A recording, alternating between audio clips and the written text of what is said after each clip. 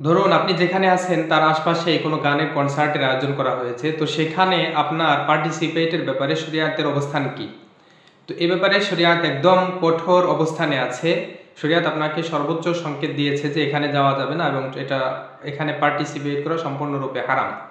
কোরআনে সূরাত আনআম ৬ নম্বর সূরা আয়াত নম্বর ১৫১ আল্লাহ তাআলা ইরশাদ করছেন, ওয়ালা তাকরাবুল ফাওয়াহিশা মা যাহারা মিনহা ওয়া মা বাতান, তোমরা প্রকাশ্য অপ্রকাশ্য সব ধরনের অশ্লীলতার থেকে বিরত থাকবে, এর ধারের কাছেও যাবে না। একই সূরা অর্থাৎ সূরা আনআম ৬ নম্বর সূরা আয়াত নম্বর ১২০ আল্লাহ তাআলা ইরশাদ করছেন, ওয়াদারু যাহিরাল ইসমি ওয়া বাতিনা, তোমরা প্রকাশ্য অপ্রকাশ্য সব ধরনের গুনাহ ছেড়ে দাও, গুনাহ থেকে বিরত থাকো।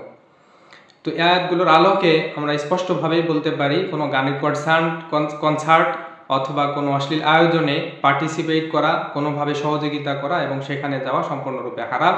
সূরা মায়েদার ২ নম্বর আয়াতে আল্লাহ তাআলা বলেছেন, ওয়ালা তাআওয়ানু আলাল ইসমি ওয়াল উদওয়ান, তোমরা কোনো ধরনের শত্রুতামূলক কাজ এবং গুনাহের কাজে সহযোগিতাও করবে না, সেখানে কোনো ধরনের সাপোর্টও দিবে না। এখন আসুন, আপনার বাড়ির আশপাশে বা আপনি যেখানে আছেন তার আশপাশে কোনো ওয়াজ মাহফিলের আয়োজন করা হয়েছে, সেখানে অংশগ্রহণের ব্যাপারে, শরীক হওয়ার ব্যাপারে শরিয়াতের অবস্থান কি? তো এ ব্যাপারে বলছি, শরিয়াত এখানে আপনার অবস্থানকে ঐচ্ছিক করেছে, অর্থাৎ আপনি অংশগ্রহণ করলে আল্লাহ তাআলা পুরস্কার দিবেন, অংশগ্রহণ না করলে আপনার কোনো গুনাহ হবে না। তো শরিয়াত কিসের উপরে আমাদেরকে গুরুত্ব দেয়? শরিয়াত আমাদেরকে গুরুত্ব দিচ্ছে গুনাহ এবং অশ্লীলতা পরিত্যাগের ব্যাপারে সর্বোচ্চ গুরুত্ব দিচ্ছে। আর ভালো কাজের ব্যাপারে আপনাকে ঐচ্ছিকতা দিয়েছে যে ভালো কাজ আপনি সুযোগ হলে করেন, আর সুযোগ না হলে আপনি বিরত থাকেন। কিন্তু মন্দ কাজ করাও যাবে না, সাপোর্টও করা যাবে না, মন্দ কাজ থেকে বিরত থাকতেই হবে।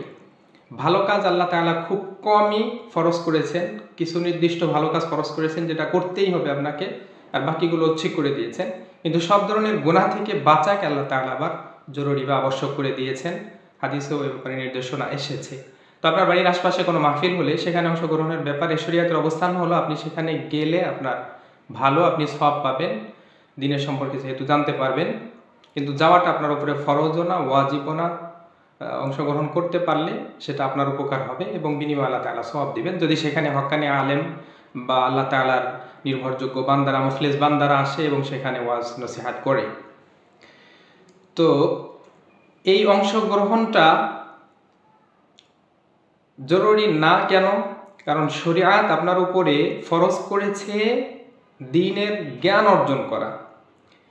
তো এই দ্বীনের জ্ঞান অর্জনটা আপনি কিভাবে করবেন সেই পদ্ধতিকে, নির্দিষ্ট কোনো পদ্ধতিকে আল্লাহ তাআলা ফরজ করে দেন নাই। আপনি জ্ঞান অর্জনের জন্য মাদ্রাসায় পড়তে পারেন, আপনি জ্ঞান অর্জনের জন্য আপনার নির্ভরযোগ্য কোনো আলেমের কাছে গিয়ে জিজ্ঞাসা করে আপনি জ্ঞান অর্জন করতে পারেন। আল্লাহ তাআলা বলছেন, ফাসআলু আহলা যিকরি ইন কুনতুম লা তা'লামুন, ২১ নম্বর সূরা আম্বিয়া ৭ নম্বর আয়াতে আল্লাহ তাআলা ইরশাদ করেছেন, তোমরা জ্ঞানীদের থেকে জেনে নাও যেটা তোমরা জানো না।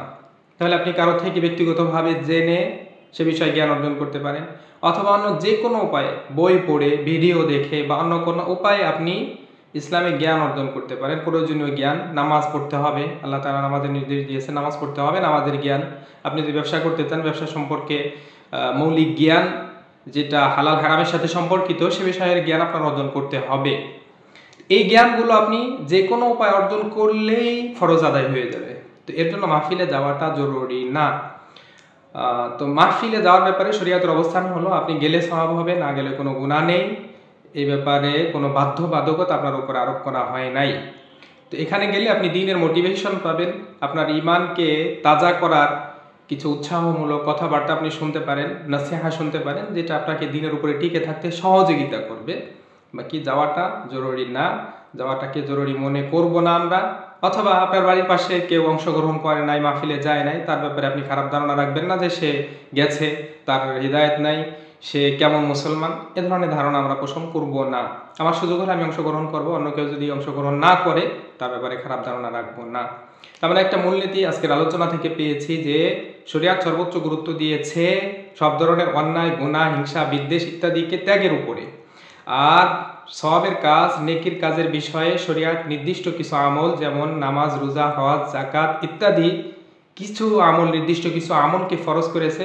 বাকি নেক আমলগুলোকে আল্লাহ তাআলা ঐচ্ছিক পর্যায়ে রেখেছেন, বা আপনি করলে আল্লাহ পুরস্কার দিবেন, না করলে শাস্তি দিবেন না।